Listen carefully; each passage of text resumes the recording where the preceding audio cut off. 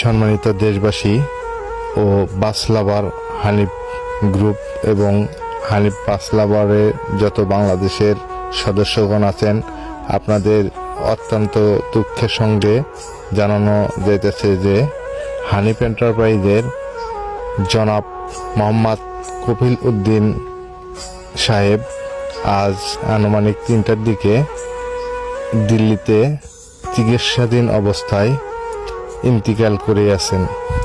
তার আত্মার শান্তি কামনা সকলের কাছে দোয়া প্রার্থনা করছি, সে যেন বেহেশতবাসী হন।